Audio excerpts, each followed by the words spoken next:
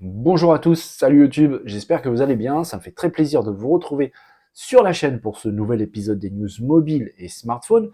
Alors, actu un petit peu calme en ce moment, je vous le cache pas, mais finalement c'est pas si mal. De toute façon, vous inquiétez pas, hein, les conférences approchent et franchement, l'actu va devenir de plus en plus énervé très bientôt. De toute façon, sur la chaîne, il y a toujours quelque chose à regarder. N'hésitez pas à jeter un œil dans les playlists news gaming, par exemple. Il y a pas mal de choses à regarder et c'est avec un vrai plaisir que je partage tout ça avec vous, comme d'habitude. Pour l'instant, de toute façon, dans cette vidéo, on va parler Apple, on va parler iPhone 15 et aussi Vivo, qui malheureusement va traverser un peu les mêmes difficultés que rencontrent en ce moment OnePlus et Oppo. Bref, on en parle tout de suite. Installez-vous, c'est parti pour l'épisode 8 des news mobiles. Allez, go!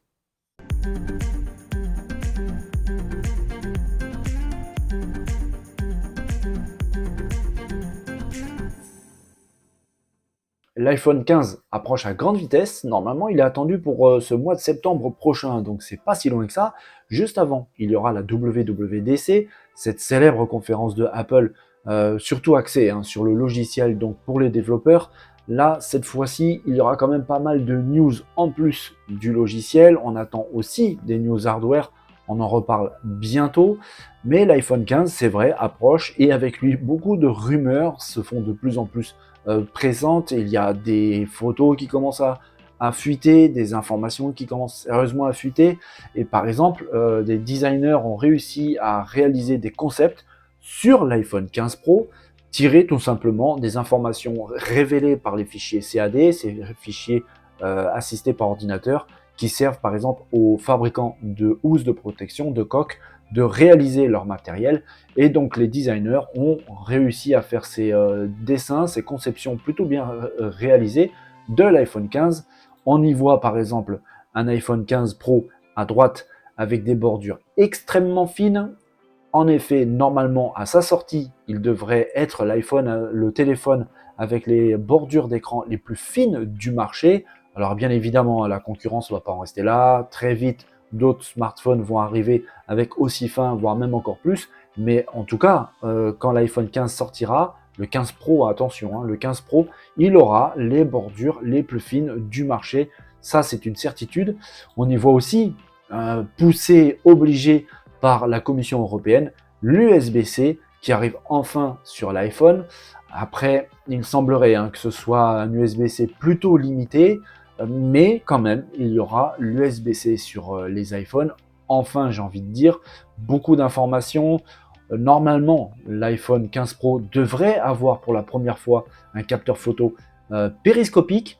Alors, ils vont rattraper un petit peu le retard pris sur les smartphones Android qui ont cette technologie depuis pas mal de temps, quelques années, mais quand même, c'est bien de la part d'Apple de passer au périscopique. Ça va permettre de proposer des zooms un peu plus importants, comme du 10 fois, on le voit sur le Galaxy S23 Ultra, vraiment performant. C'est une bonne chose, je pense, pour l'iPhone. On y voit ici quelque chose de particulier sur cette photo, sur cette image plutôt, car il s'agit d'une image. On y voit des boutons tactiles, capacitifs. Alors, c'est assez particulier parce que normalement, c'était une grande nouveauté attendue pour l'iPhone 15, surtout l'iPhone 15 Pro, c'est d'avoir des boutons non pas physiques sur lesquels on appuie comme tous les boutons actuels sur n'importe quel smartphone, mais bien des boutons capacitifs, tactiles, qu'il suffit d'appuyer plus ou moins fort pour engager telle ou telle action. Il semblerait que finalement Apple soit obligé de faire marche arrière pour cette génération d'iPhone et il n'y aura très probablement que des boutons physiques, comme les iPhones actuels, comme les smartphones actuels. Tout simplement parce qu'Apple rencontre de très grosses difficultés de production de ces boutons capacitifs, tactiles, et tout simplement la technologie, et en tout cas la production de masse, n'est pas prête pour pouvoir les intégrer dans la conception finale des iPhone 15, qui, je rappelle, devrait arriver au mois de septembre prochain. C'est vraiment pas loin, donc le temps de finaliser tout ça, ça ne laisse pas le temps à Apple d'intégrer cette nouvelle technologie qui était peut-être la vraie grosse nouveauté de ces iPhones. C'est dommage, mais ça sera très certainement pour la génération suivante. Dans une précédente vidéo, je vous avais dit que deux marques chinoises, en particulier Oppo et OnePlus, avaient des soucis assez importants, surtout en Allemagne pour le moment. En effet, aujourd'hui, il est juste impossible d'acheter un smartphone Oppo ou OnePlus sur le territoire allemand. Le tribunal allemand a décidé tout simplement l'interdiction de vente de smartphones de ces deux compagnies, tout simplement parce que Oppo et OnePlus utilisent des brevets liés à la technologie 4G, 5G, brevets qui appartiennent à Nokia. Ces deux sociétés ont refusé de payer les droits d'utilisation de ce brevet, et donc la justice allemande a décidé que tant que les paiements ne seraient pas faits, il ne sera pas possible de procéder à des nouvelles ventes de smartphones de chez Oppo ou OnePlus. C'est un problème pour ces deux compagnies, surtout que l'utilisation de ces brevets ne s'arrête pas que à l'Allemagne. En effet, ça englobe aussi pas mal de pays en Europe, dont la France. Et d'ailleurs, Nokia a mis ces deux sociétés devant les tribunaux de tous ces pays, y compris français. Si jamais ces tribunaux décident de suivre l'exemple allemand, ça risque de piquer vraiment fort pour Oppo et OnePlus, mais pas que, parce qu'on vient d'apprendre tout simplement que la marque qui commence vraiment à faire parler d'elle par des concepts et des téléphones vraiment réussis, Vivo, vient tout juste de se voir interdit le territoire allemand aussi, de la même manière que Oppo et OnePlus, par le même tribunal et pour les mêmes raisons. Vivo utilise également les technologies liées au réseau 4G et 5G de Nokia. Vivo a aussi, comme Oppo et OnePlus, refusé de payer ces brevets, l'utilisation de ces brevets. Et bien le tribunal allemand a décidé exactement la même chose. Aujourd'hui, il n'est pas possible d'acheter de smartphone Vivo sur le territoire allemand. Alors évidemment, ça commence à faire un petit peu peur parce que, comme je l'ai dit pour OnePlus et Oppo, c'est la même chose pour Vivo. Les brevets courent aussi pour les autres pays européens, dont la France. Vivo commence à se faire vraiment une belle place et commence vraiment à se faire connaître. D'excellents smartphones, dont pliables, arrivent sur le marché. S'ils commencent à se faire interdire de vente dans ces territoires vraiment porteurs, ça va devenir très très compliqué pour ces compagnies, et c'est d'autant dommage parce qu'ils font vraiment du très bon matériel, et puis comme chacun sait, plus il y a de concurrence, et mieux c'est pour nous utilisateurs, ça permet de faire baisser les prix, ou en tout cas d'avoir de plus en plus d'innovation. Là, si ces marques ne réagissent pas vite pour pouvoir régler le différend qui les oppose avec Nokia, ils ont un énorme manque à gagner, c'est certain, et ça va peser très très lourd dans les revenus, dans les bénéfices de ces sociétés. On sait très bien à quel point la concurrence est rude entre les concurrents, surtout dans le monde Android, parce qu'il y a beaucoup de fabricants différents. Ça va être un sérieux problème pour ces marques. Dans la première news de cette vidéo, news centrée sur l'iPhone 15 qui arrive bientôt, je vous avais parlé de la WWDC de Apple, cette grande conférence qui approche à grands pas, conférence traditionnellement tournée vers les développeurs qui travaillent sur les différents logiciels pour iPhone, iPad, Mac, dans tout l'environnement iOS. Mais cette année, il devrait y avoir autre chose que du logiciel. Je vous avais déjà d'ailleurs parlé sur la chaîne que Apple, surtout Tim Cook, le président de Apple, avait fortement envie de présenter ceci, le Reality Pro. Qu'est-ce que le Reality Pro? Alors pour l'instant, ce n'est qu'un nom de code, on va dire. Je ne sais pas du tout si c'est le nom définitif de ce périphérique. Le casque, le masque de réalité virtuelle augmentée de chez Apple. Attention, ce ne sont que des concepts, ce n'est pas du tout la représentation exacte et officielle de ce masque de réalité virtuelle. Tim Cook pousse vraiment très fort pour la présentation de ce périphérique pendant cette WWDC. Ça, j'en avais déjà parlé.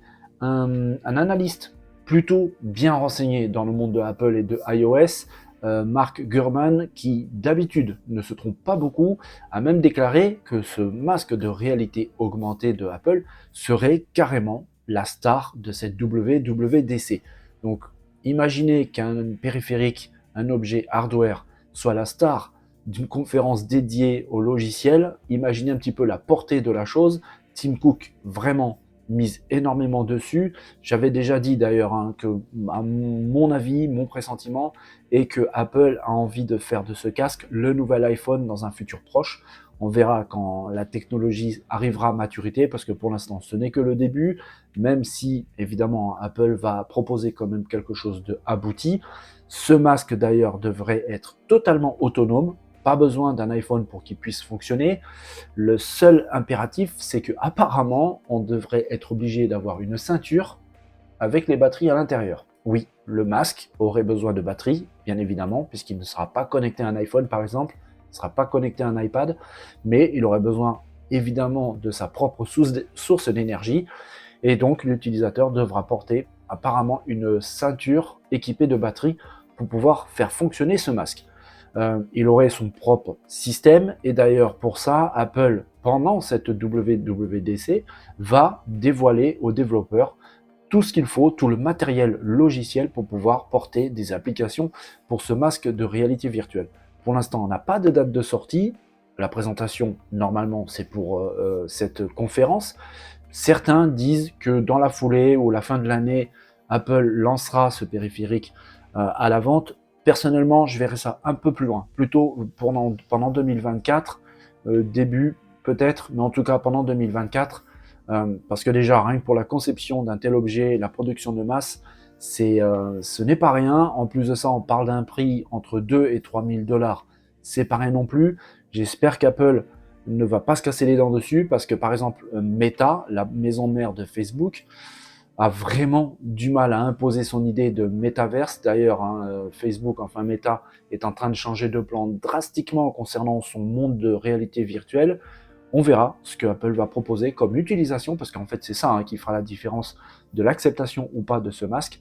En tout cas, c'est vraiment passionnant. Entre les conférences gaming, éditeurs, constructeurs, les conférences de différents fabricants, Google, là, Apple, ça s'annonce vraiment très passionnant dans les prochaines semaines. Voilà les amis, c'est terminé pour ce 8e épisode des news mobiles. J'espère que cette vidéo vous a plu. Si c'est le cas, n'hésitez pas à les pouces, abonnez-vous, partagez tout ce que vous voulez. Mais surtout, venez discuter dans la zone de commentaires s'il vous plaît, pour déjà me dire si vous avez aimé la vidéo, qu'est-ce que vous en avez pensé. Mais surtout, quelle news vous a le plus plu?